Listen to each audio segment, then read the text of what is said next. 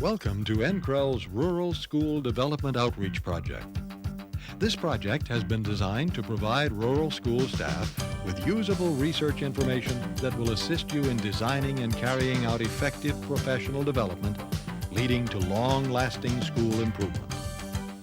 With this goal in mind, NCREL is making available to you a variety of packaged materials, including audio and videotapes with commentaries by expert researchers, teachers, administrators, and professors, guidebooks filled with activities and resources, as well as videotaped examples of classrooms in action.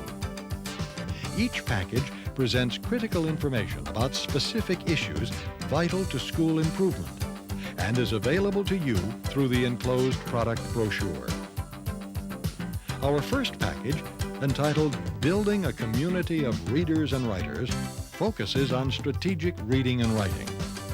You see, developing a nation of strategic readers and writers is one of the most important challenges that educators face. The following segment contains comments taken from our video conference, Schools That Work, the Research Advantage, that addresses important issues of strategic reading and writing.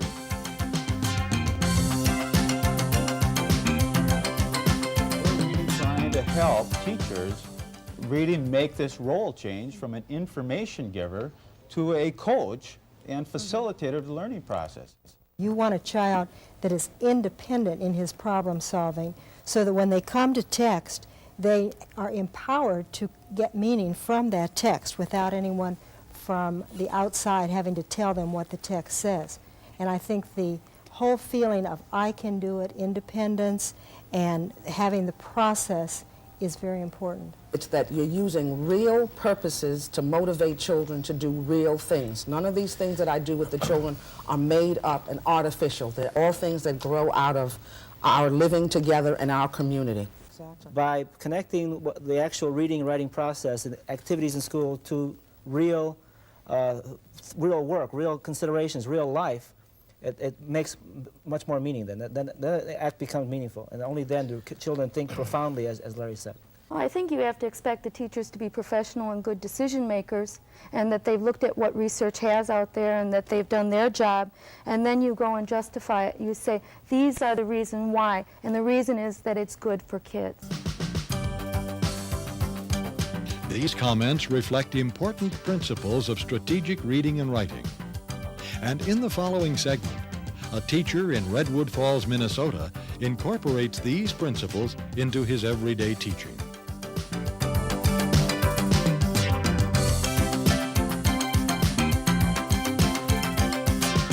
This project has really been influential, as well as other things I've done in changing the way I view our role of teacher in school. I've really learned that my job is to move back and to uncover things that students already know, or allow students to work together to really replicate and recreate, the knowledge that they need to have.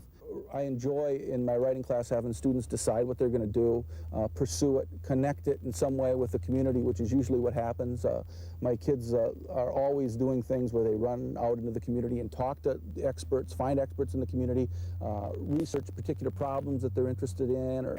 And these things all kind of come from them. They kind of bubble up from their own ideas and their own areas of interest. And there's diverses exploring. I have a student last year that wrote a wonderful paper on exploring how out of place she felt attending the church on the reservation, the Dakota Indian Reservation that's close to here, and her real search for religion. And from the same perspective, a Dakota student talking about the role of religion in her life and how she has a sense of spirituality that she gets from her elders, and this kind of this religion that she needs to work her own ideas out through. And she did it in the form of a letter.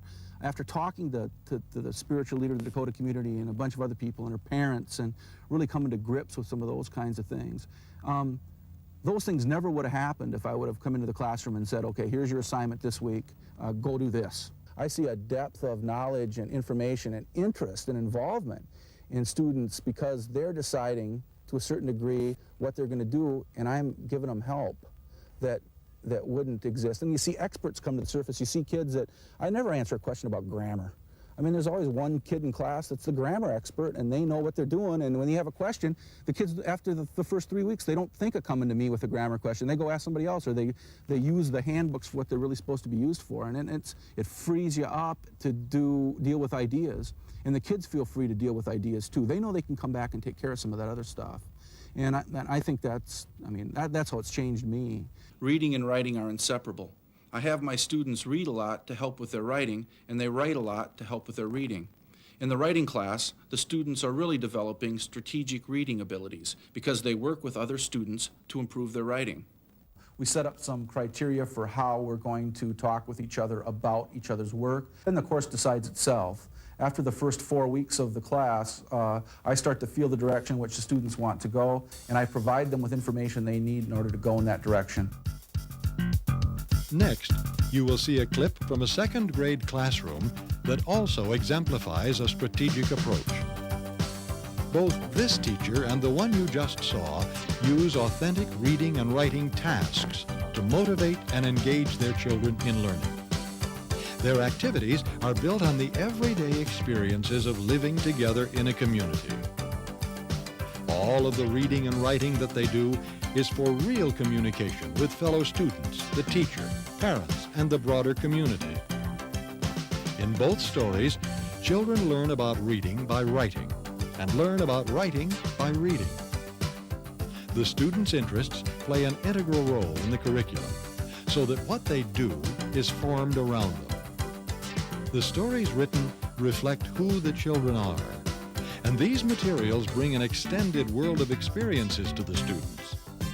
The teacher is not simply an information giver, but rather coaches and guides children through the learning process. Students are allowed to make important choices about their learning, choices that are an essential component in their success as strategic readers and writers. My teaching philosophy is simple. Reading and writing is an important part of my life, and I belong to a community of readers and writers. I try to interest my students in becoming junior members of that community.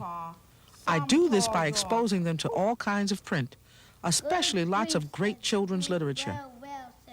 Ralph Fletcher talks about marinating children in literature. While this marinating is going on, the children are also writing their own stories. The writing reinforces the reading, and the reading reinforces the writing. This is the literature response group that meets in my apartment once a month. The group is made up of 12 women. Almost all of the group members are elementary school teachers. We discuss a different book each month.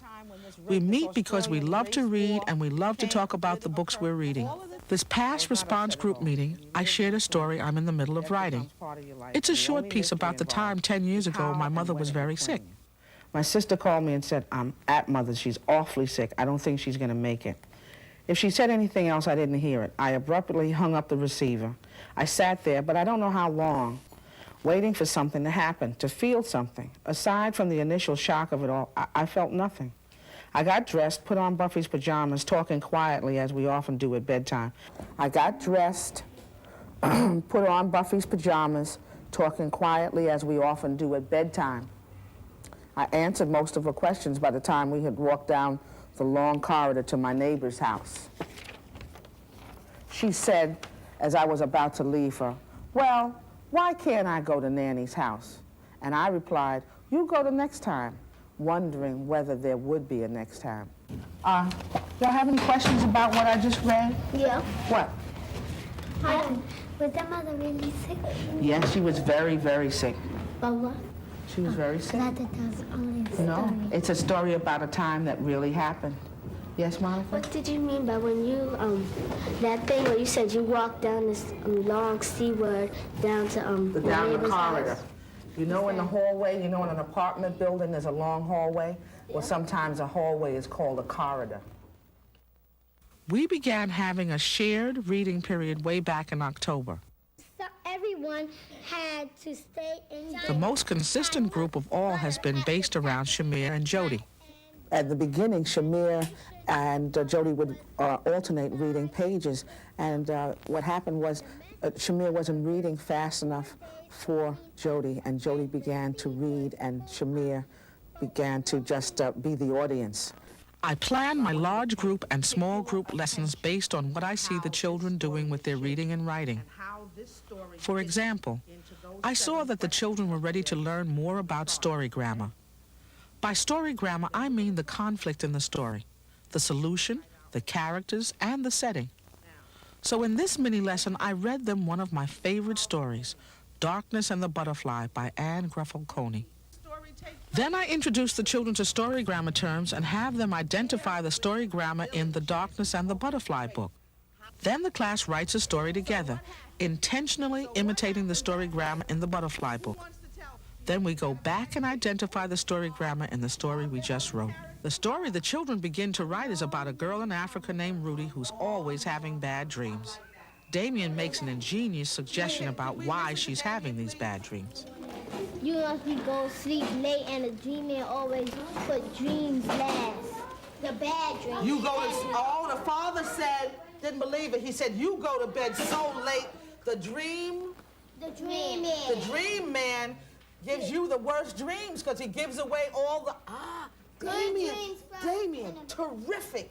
Did you hear that? You know what Damien said? Listen, wait a second, I gotta get this down before I forget it. We hope that the examples of strategic reading and writing highlighted in these two classrooms, along with the accompanying guidebook, will help you to start on your journey of developing a community of strategic readers and writers.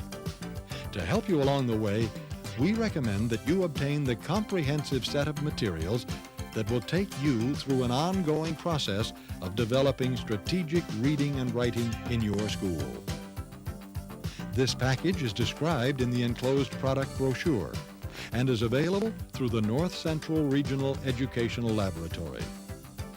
So remember, developing a nation of strategic readers and writers is one of the most important challenges that educators face.